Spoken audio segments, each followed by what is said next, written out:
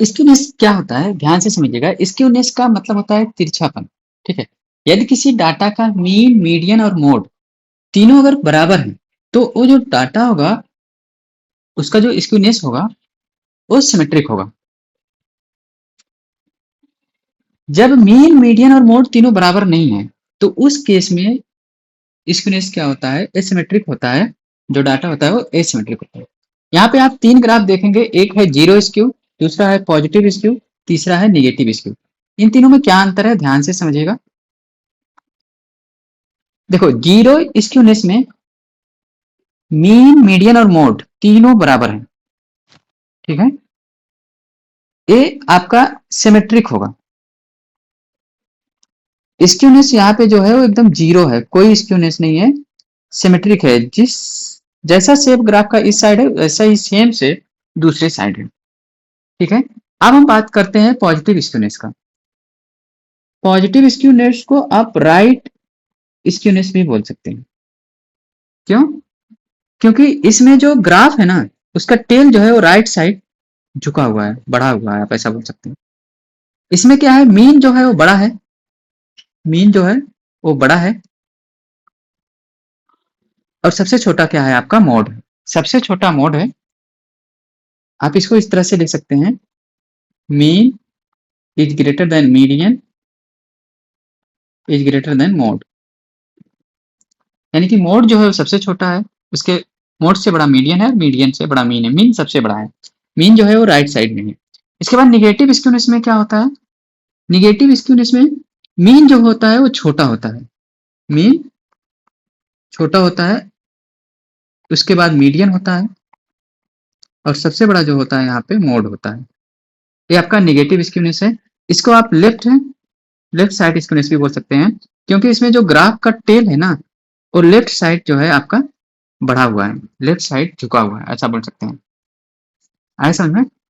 अब negative skewness में जो स्क्यूनेस होता है ना, सॉरी, पॉजिटिव स्क्यूनेस में जो स्क्यूनेस होता है वो जीरो से बड़ा होता है, और इसमें जो है निगेटिव स्क्यूनेस में स्क्यूनेस जो होता है वो जीरो से छोटा होता है, और यहाँ पे जीरो स्क्यूनेस में स्क्यूनेस क्या होता है, जीरो होता है। उम्मीद करता हूँ इतनी चीजें आपको समझ में आ गई होगी। अब हम आगे बात करते हैं स्क्यूनेस को मापने के तरीके। तो स्क्यूनेस मापने के कई तरीके हैं, जिसमें से एक है आपका कार्ल पियर्सन। तो कार्ल पियर्सन से क्वेश्चंस आपके एग्जाम्स में पूछे गए हैं। तो यहाँ पे हम तीन टाइप के स्क्यूनेस को मेजर्स करने के तरीकों को देखेंगे। पहला है Karl Pearson method, Karl Pearson method, दूसरा है बाउलीज मेथड, और तीसरा है किल्लीज मेथड। ठीक है। तो सबसे पहले कार्ल पियर्सन को तो हम डिटेल से देखेंगे। सबसे पहले इन दोनों को देख लेते हैं, छोटे छोटे हैं। ठीक है। यहाँ पे बात करें बाउली स्क्यूनेस की, तो बाउली स्क्यूनेस फार्मूला जो होता है वो होता है क्वार्टाइल पे बेस्ड, जिसमें Q3 plus Q1 minus 2Q2 अपान Q3 माइनस Q1, ये आपका है बाउलिच स्क्यूनेस फार्मूला।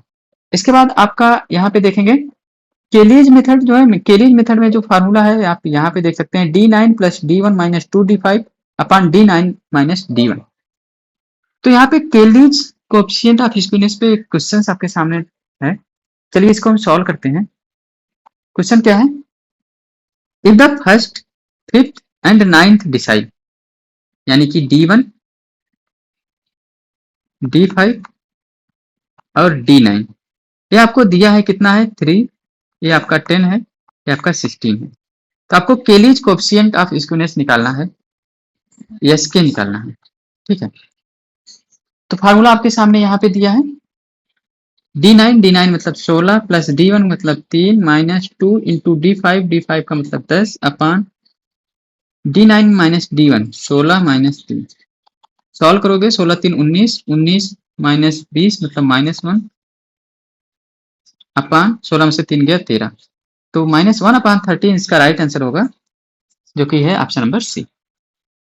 तो इस तरह से आप बॉलीज स्क्यूनेस भी निकाल सकते हैं। यहाँ पे Q3 Q1 Q2 इन सब का वैल्यू निकाल करके, चाहे ग्रुप डाटा हो अनग्रुप डाटा हो, आप सब चीज निकालना सीख चुके हैं। उसके बाद इसको सॉल्व कर सकते हैं। अब हम बात करते हैं डिटेल से कार्ल पियर्सन मेथड के बारे में। देखो, कार्ल पियर्सन मेथड में जो स्क्यूनेस का फार्मूला होता है mean minus mode upon standard deviation, mean minus mode upon standard deviation. आपको पता है मोड बराबर होता है 3 मीडियन माइनस 2 मीन। जब इस मोड के स्थान पे आप इस फार्मूले को यूज करोगे तो आपको एक और फार्मूला मिलेगा स्क्यूनेस का, जो कि आपके सामने यहाँ पे है।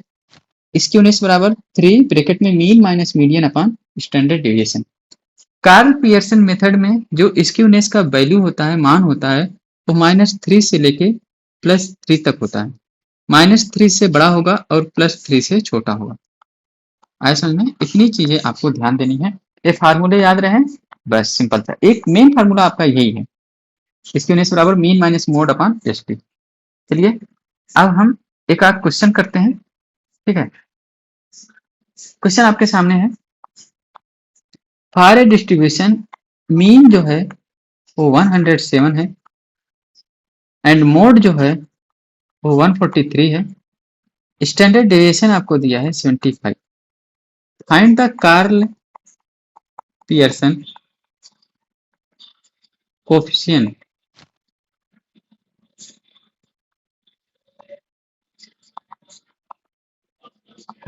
Of skewness.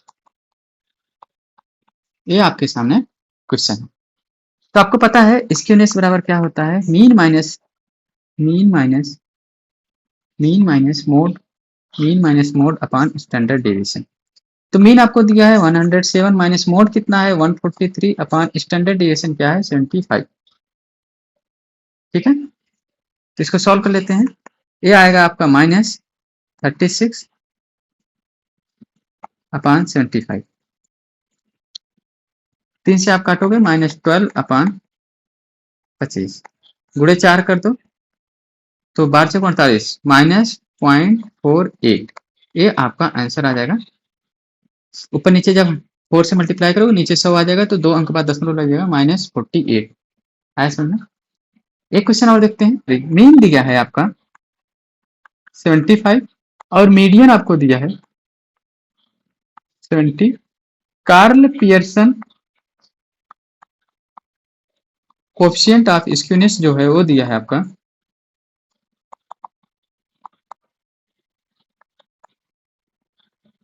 वो आपको दिया है 0.6। तो आपको स्टैंडर्ड डेविएशन निकालना है। स्टैंडर्ड डेविएशन निकालना है, क्या होगा? तो आपको पता है एसकेपी जो होता है वो होता है 3 ब्रैकेट में mean minus median upon standard deviation. तो यहाँ पे स्क्यूनेस आपको 0.6 दिया है, 3 मीन क्या दिया है 75 माइनस मीडियन क्या दिया है 70 अपॉन स्टैंडर्ड डेविएशन आपको निकालना है। ठीक है, 3 एकम 3 दूना 6 0.2 यहाँ पे हो जाएगा। 75 से 70 गया तो यहाँ पे आएगा 5 upon S D into 0.2। Standard deviation हो जाएगा 5 अपॉन 0.2। इसको 50 करोगे, इसको 2 बनेगा तो 25 आएगा। ठीक है, क्या आएगा 25। इसका आंसर क्या आ जाएगा आपका 25। ओके, एक क्वेश्चन और देखते हैं। क्वेश्चन आपके सामने है, एक वितरण का जो माध्य है, माध्य मतलब मीन, वो आपको दिया है 28 और मीडियन दिया है आपका 25। स्टैंडर्ड डेविएशन दिया है आपको 10। तो कार्ल पियर्सन स्क्यूनेस बताना है क्या होगा। यहाँ पे एसकेपी बराबर क्या होगा 3 mean minus median upon standard deviation. तो 3 हो गया, मीन कितना है यहाँ पे 28 माइनस मीडियन कितना है 25 अपॉन स्टैंडर्ड डेविएशन कितना है 10। तो 3 इंटू 3 अपॉन 10 यानी कि 0.9। 0.9 इसका आंसर हो जाएगा। उम्मीद करता हूँ आपको ये क्लास अच्छी लगी होगी। तो मिलते हैं नेक्स्ट किसी वीडियो में, तब तक के लिए bye, take care, thanks for watching.